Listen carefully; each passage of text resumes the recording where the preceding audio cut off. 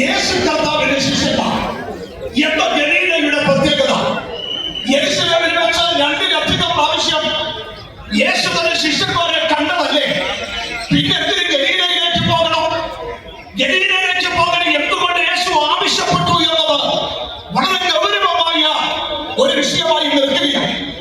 വിശദീകരണങ്ങൾ ഒഴിവാക്കേണ്ടത് കൊണ്ട് ഞാൻ വളരെ പെട്ടെന്ന് 1-2 ചിന്തകൾ പറഞ്ഞ് ഈ ദൂതിലേക്ക് പ്രവേശിക്കുവാൻ ആഗ്രഹിക്കുകയാണ്.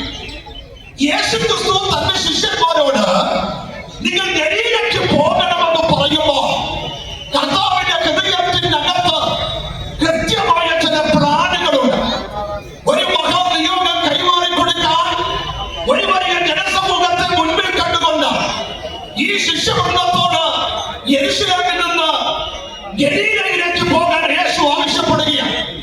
ഗലീലയിലേക്ക് എത്തുമ്പോൾ അവിടെ കേവലം 11 പേര് മാത്രമല്ല, ചുരുങ്ങിയത് 500-ലധികം ആളുകൾ ഈ ഗലീലയിലും പ്രാന്തപ്രദേശങ്ങളിലും യേശു ക്രിസ്തുവിന്റെ ശുശ്രൂഷയുടെ പങ്കാളികളാണ്.